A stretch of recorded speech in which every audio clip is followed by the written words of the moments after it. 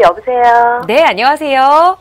네, 안녕하세요. 네, 반갑습니다. 시청자님, 오늘 어떤 부동산 좀 고민 있으신가요? 아, 네네. 제가 네. 그 강남구 자곡동에 네. 그 LH 강남 브리즈 힐이라는 네. 그 아파트에 전세로 지금 거주하고 있는데요. 네. 네, 지금 이제 사당동의 대림 아파트하고 네. 위례 신도시 꿈에 그린 아파트랑 네. 예, 그다음에 제가 지금 전세로 거주하고 있는 네. 강남 브리즈 힐 아파트 세 군데 중에서 네. 어디를 매수하면 좋을지.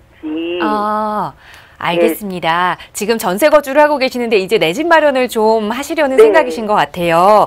네. 거주하고 계시는 그 강남 자곡동의 강남 브리즈힐 아파트를 내가 매수하는 게 나을지 아니면 좀 네. 새로운 지역으로 좀 가서 사당동 대림 아파트와 위례 신도시의 꿈에 그린 아파트 이렇게 두 개를 더 보셨는데 한번 지역적으로 분석을 해봐야 될 것 같네요. 이사님과 네. 인사 먼저 나눠보세요. 네. 안녕하세요. 네, 안녕하세요. 김종희 이사님. 네, 반갑습니다. 네, 반갑습니다. 네, 욕심이 많으셔. 연결이 힘들게 되다 보니까 많은 걸 물어보셨네요. 아, 제가 지금 알아보고 있었거든요. 아, 좋습니다. 일단 자곡동하고 위례 꿈의 그림, 뭐 지도에 표시하는 것보다 워낙 유명한 아파트들이에요. 그래서 제가 방송에서도 많이 상담을 해드렸던 아파트들이기 때문에 잘 알고 있으니까요. 네. 각각의 아파트의 특징이라든가 미래성 보고 나서 선택하는 걸로 그렇게 결론 드리도록 할게요. 네. 먼저 자곡동의 강남 브리즈힐 아파트를 보시게 되면은요, 그러니까 새 아파트에 먼저 공통점 한번 보자고요. 일단은 굉장히 제가 알 정도의 아파트라고 말씀을 드렸고요. 그러면 이제 미래 전망들은 다 좋은 아파트들이라고 말씀을 드리는데, 네. 각각을 보시게 되면 각각의 특징이 있죠. 자곡동 같은 경우는 지금 이제 토지는 임대형이고요. 40년마다 이제 계약을 갱신해주고 있고, 물론 주택에 대한 소유는 이제 소유권이 갖고 있는데 40년마다 갱신이 되는 그런 특색을 갖고 네. 있는 강남 권역의 아파트다. 네. 그렇게 되는 거고, 위례 꿈의 그림 같은 경우는 위례 신도시의 가장 중심 센터에 있는 이제 아파트다.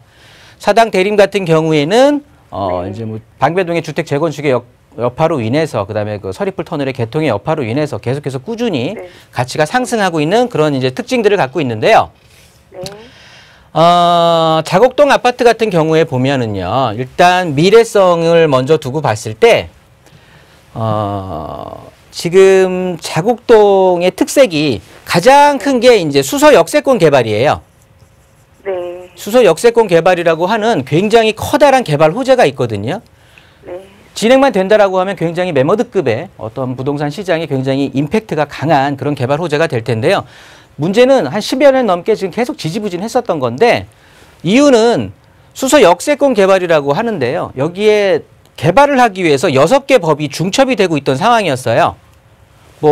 역개법이라고 해서 역세권 개발 및 이용에 관한 법률, 그다음에 여기다 보니까 철도 관련법, 철도 건설법이라든가 도시철도법이라든가 철도 산업기본법이라든가 여러 가지 이제 철도 관련법이 또 3개가 중첩이 돼 있던 거고요. 네. 끝으로 보면은 이제 도정법이라고 하죠. 우리가 도시 및 정비에 관한 상황, 그다음에 도시개발법까지 해가지고 총 네. 6개의 법이 막 서로 니 잘랐네 내 잘랐네 막 싸우고 있었던 거였어요. 그러다 보니까 정부, 지자체도 서울시와 강남구가 서로 막 대립을 했었는데, 네. 이게 작년에 이제 어떤 검토안이 새로 이제 나왔고요. 그게 이제 올 하반기부터 적용이 돼서, 즉 네. 6개의 법이 역세권 개발 및 이용에 관한 법률이라는 역개법 하나로 통합이 될 거예요. 네. 그러니까 6개가 가다가 물줄기가 하나로 합쳐질 거거든요. 그게 이제 올해 말부터 진행이 된다라고 하면, 네. 내년부터는 굉장히 그 사업의 속도가 지금까지 온 것보다는 훨씬 더 빨라지게 진행이 될 거거든요. 네. 그러면 앞으로 강남 브리즈힐이 갖고 있는 가장 커다란 호재라고 하는 수도 역세권 개발에 직접적인 수혜를 입을 수밖에 없는 아파트인데요. 그 개발이 쭉 나간다? 그럼 강남의 자곡동의 브리즈힐 아파트 같은 경우도 네. 계속해서 아주 미래 발전이 좋다라고 판단이 되고요. 두 번째로 이사님, 위례 그리고- 신도시. 네? 네. 이사님, 그리고 네. 그 위례 가천선은 네, 지금 두 번째 약간- 위례 말씀드리려고 하는 건데, 네. 이 위례 같은 경우는 지금 이제 위례 신사선 같은 게 이제 2022년에 착공이 들어간다라고 계획이 돼 있어 예정이 돼 있는데, 또 착공이 들어간다라고 해도 한 3년에서 3년 이상의 정도가 기간이 걸릴 것이고, 그렇다 보면 뭐 2022년, 2025년 실제 나한테 역할이 그러니까 영향을 받을 기에는 한 2026년 이후가 될 텐데, 그러기에는 또 위례가 막 북위례부터 해가지고 위에 가밀지구까지 해서 굉장히 이 수혜를 받을 수 있는 경쟁자들이 굉장히 좀 많이 포진을 해 있죠.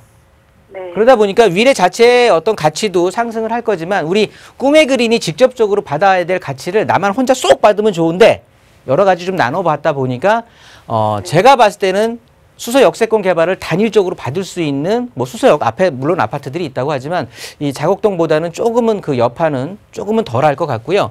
끝으로 세 번째 말씀하셨던 사당동의 이제 사당 대림 아파트 같은 경우는요. 물론 요즘 이제 지난 한 3, 4년 동안 굉장히 빠른 속도로 상승을 해왔고, 그 상승폭도 상당히 큰데, 그게 방배 주택 재건축에 대한 이주 수요에 대한 기대 심리, 그리고 서리풀 터널 개통에 대한 그런 호재를 어느 정도 미리 선반영을 다 받았다고 좀 보여지거든요. 그래서 이 세 아파트 중에서 저 같으면, 제가 권유해 드리는 거라면 자곡동에 있는 강남 브리지힐 아파트 선택한다는 의견으로 한번 조심스럽게 말씀드려 보도록 하겠습니다. 아, 그래요? 그러면 이사님, 그 자곡동의 위례 과천선이 네네. 지금 현재 이제 아직 결정이 안 됐잖아요. 네, 안 되죠. 네. 예, 저기 뭐 이렇게 지역 에서 워낙 이제 요구사항이 다 다르다 보니까. 네. 그럼 이제 그거는 어떨까요? 그것도 이제 앞으로 이제 일단은 뭐 결정은 안 됐지만 아무래도 그죠? 나중에 이제 어쨌든 나빠질 게 아니잖아요. 되게 되면 더 좋아질 거니까. 아, 그 영향도. 그렇죠. 아, 네, 그러면 자곡동으로 네, 선택하시기 바라겠습니다. 네, 감사합니다. 네. 설명 잘 들었습니다. 네.